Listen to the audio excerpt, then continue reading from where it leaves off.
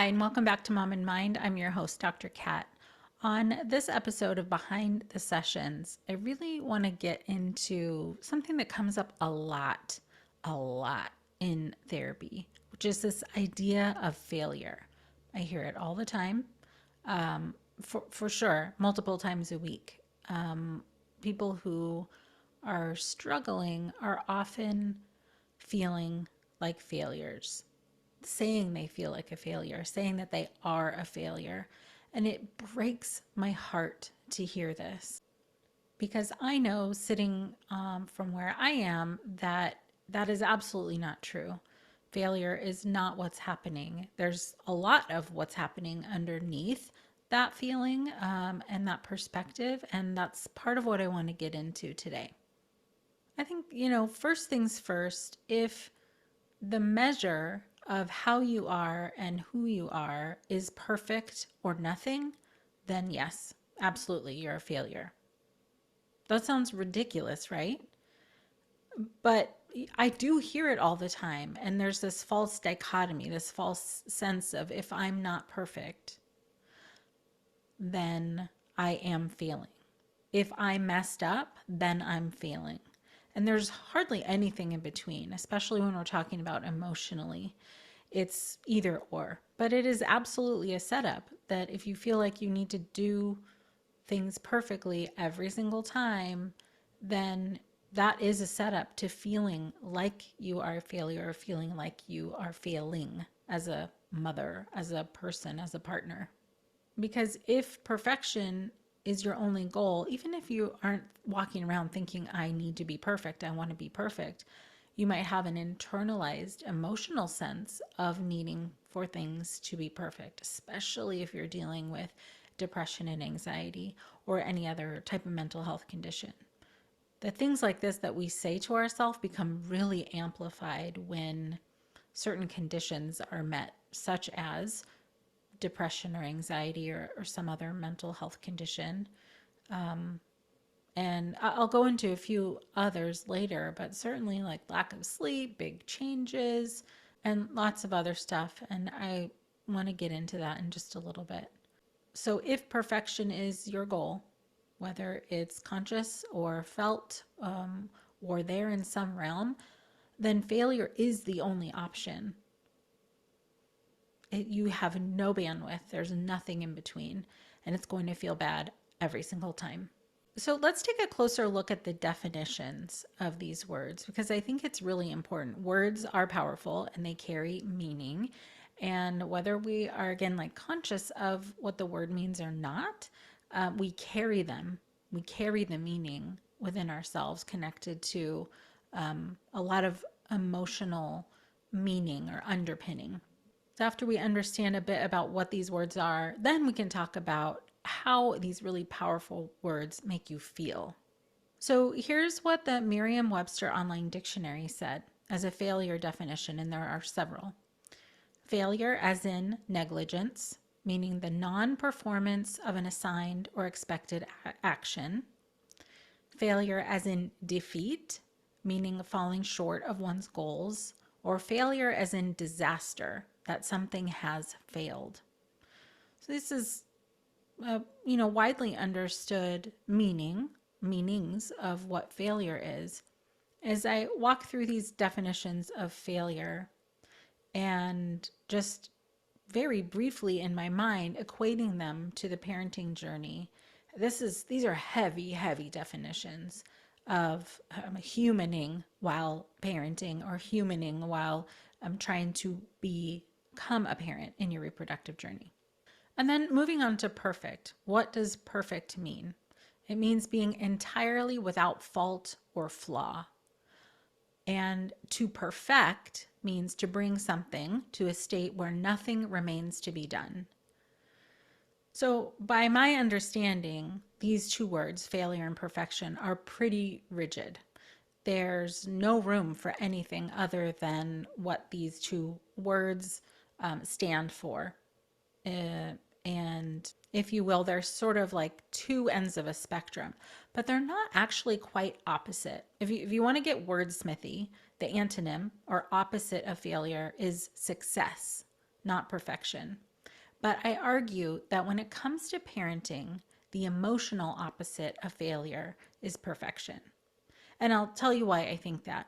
Because in this reproductive and parenting journey, especially in the early days, success feels good.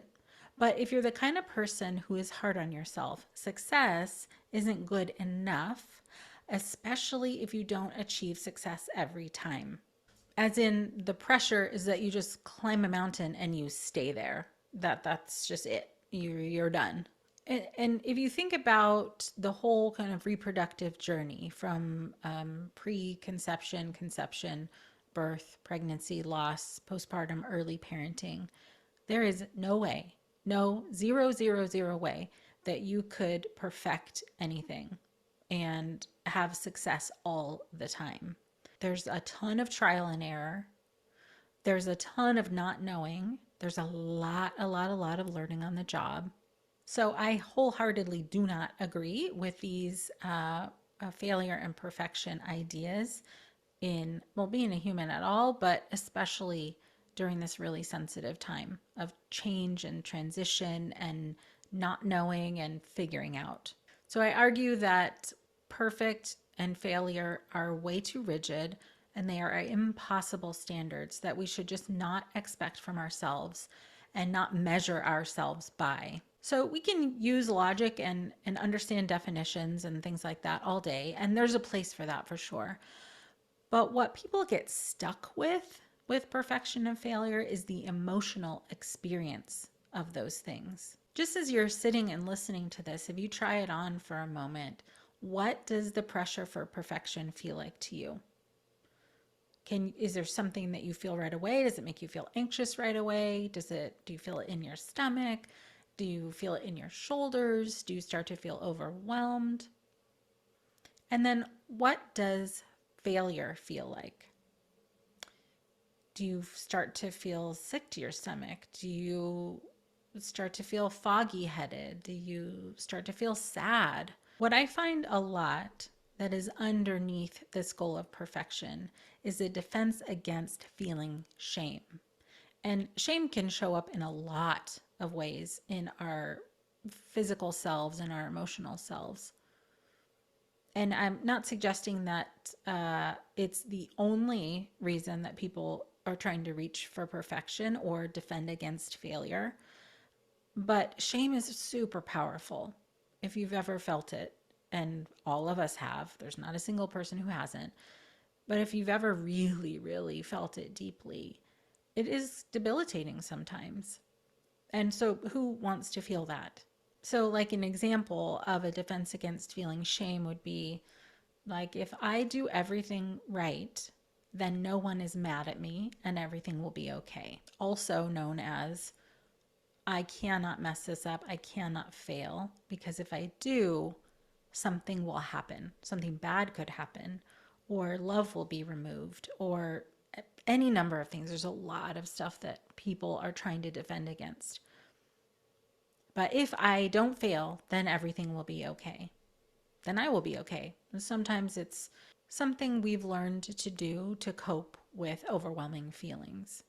What really is this standard that we're holding? What are you asking of yourself in perfection or defending against failure? What really is this standard that we're holding? What are you asking of yourself in perfection or defending against failure? Here are some examples of how perfection can show up in more concrete ways.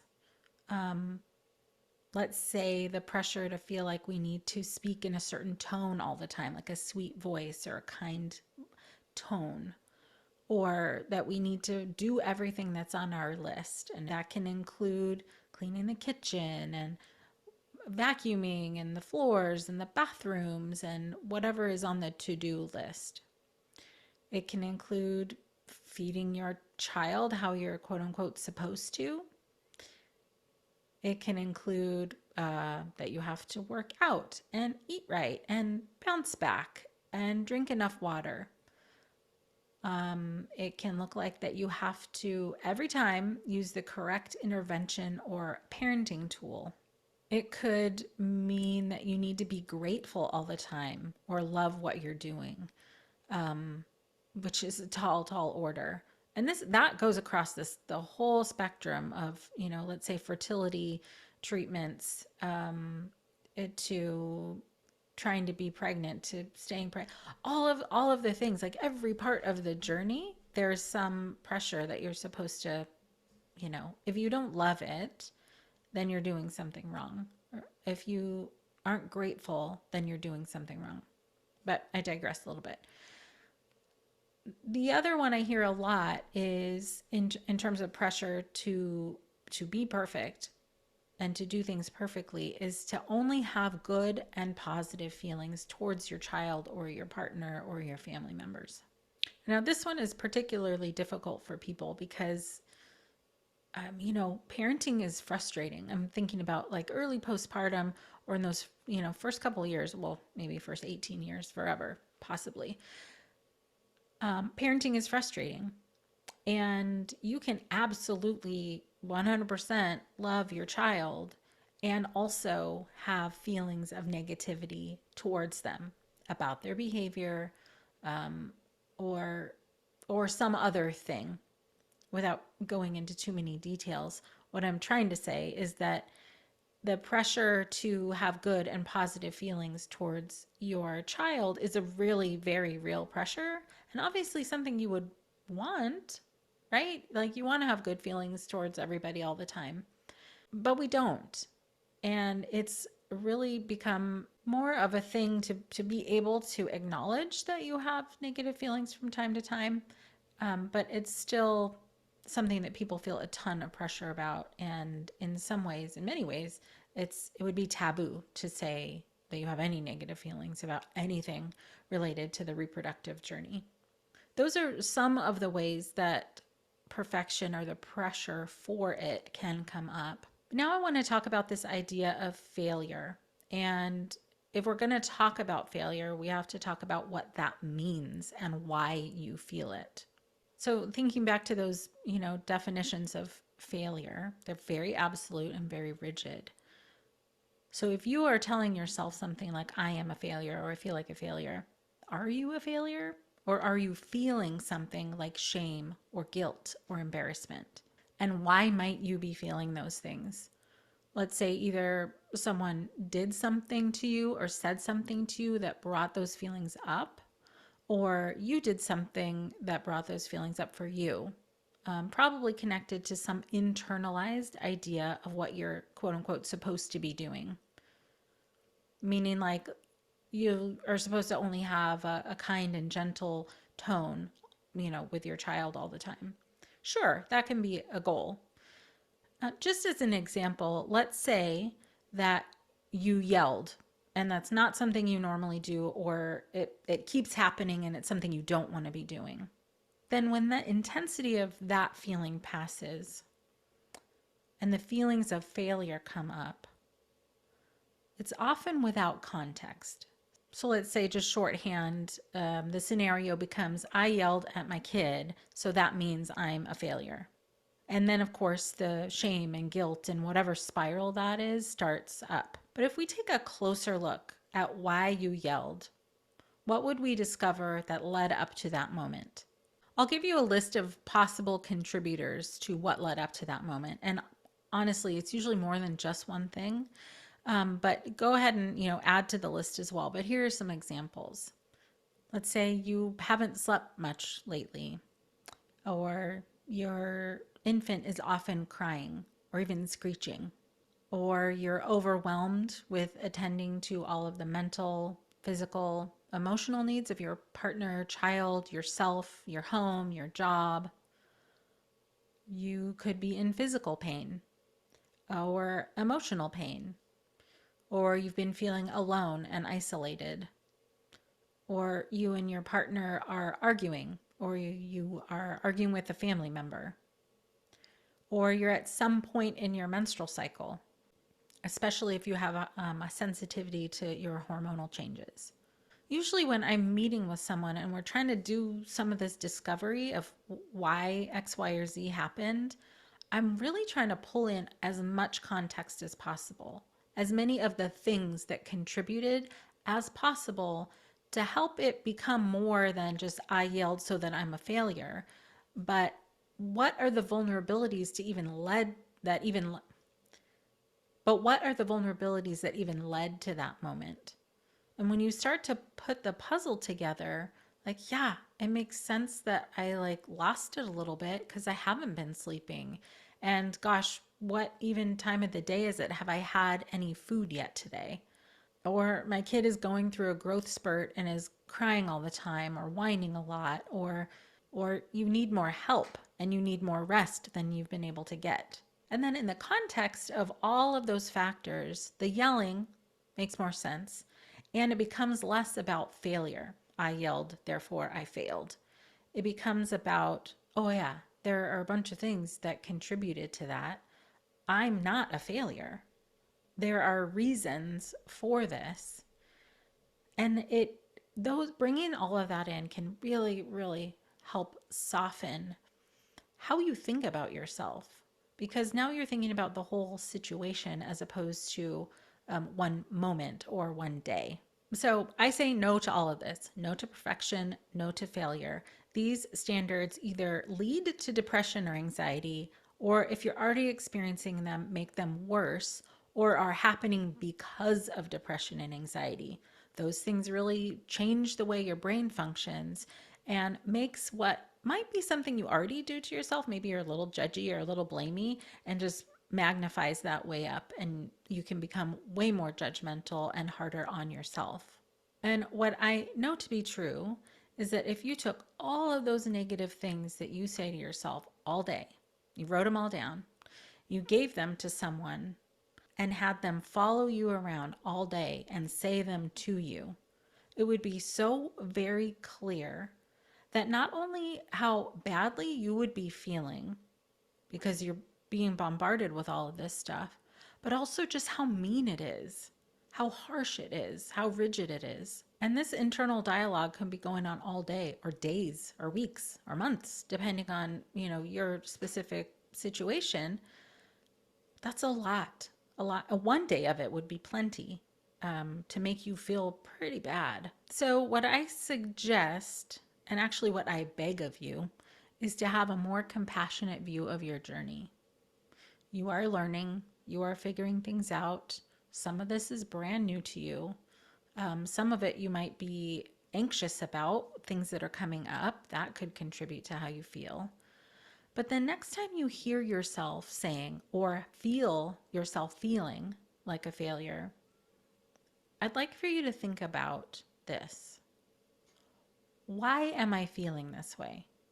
And think of all of those stressors. Think of the context. What might be shaping this? And additionally, is failure a fact? Is that really what's happening right now? Have I failed everything? Or am I activated and feeling some shame or some overwhelm? You can also put your negative self-judgmental thoughts in the context of, is this how I would talk about or to someone that I love and care about if they were going through the same thing? The answer is probably not. And then, is there something that I can say to myself that is more neutral, or a less mean interpretation of what is happening? Like, yes, I'm learning as I go. Or, yeah, I'd like to do that differently next time. Or, I really had a hard moment or a hard day, but that doesn't mean failure. There are several reasons why I think it's important to take this sort of introspective journey into understanding the use of the words like failure and perfection, how they impact you, how they make you feel, and how you're going through your day feeling. Because not only are we, let's say on a journey to being or becoming a parent, the things you're feeling and experiencing might be internalized from experiences that you've had in the past as a child yourself or in your family of origin that are very worthwhile of healing from. It's a process for sure. But what I know to be true is that a lot of people these days, especially in modern parenting, with all these pressures about how you're supposed to do everything, really do want to be the best parent that they can be. And I believe that that's true of all parents, even, generations past. But we have access to a certain set of tools now that generations past might not have. And so we are trying to become people and become parents in a way that we weren't necessarily taught. And when we learn how to have more compassion for ourselves, to be less hard on ourselves, to not view things in terms of perfection and failure, that passes down the line. We can also then teach that to our next generation to be easier on themselves, to have maybe a more balanced view of their learning process or their life's process. It is just such a worthwhile task to try and rid your conception of yourself of these ideas of perfection, of these ideas of failure. There is no doubt you're going to mess up. Absolutely. Whatever that definition means to you. We all do. I mess up. Like people make mistakes. That's part of being human. So if we are holding ourselves to the standards of perfection, and if not perfection, then failure, it's really not doing anybody any good. It's not a way to learn. It is not a motivator for learning and changing. It is only a motivator for shame, really, at its very base. So it's not even effective. This more middle ground is more flexible. You have more ability to see more possibilities for yourself. And once that is internalized and you begin to feel about yourself that way and even look at the world that way, it ultimately makes parenting a little bit easier too, because you're not as hard on yourself. So I hope this has been a useful dive into perfection and failure for you. I know it is a big, big topic in therapy. It is up all the time. And if you can take on this perspective that you don't have to deal in perfection and failure, then your journey through life, through everything, will be a lot easier. As usual, if you know anybody who could benefit from hearing this little chat, please do send it along. It is really important that people out there know that they are not alone. And that is exactly why I'm bringing topics from therapy into this space, so that it can be heard and understood, and so that you out there know that you're not alone. And whatever podcast platform you listen from, please go and rate this show. It is super important that we have ratings so that people can find us and know how the show can benefit them, know how these episodes and this information can help them in their journey. I thank you so much for being with me. Until next time.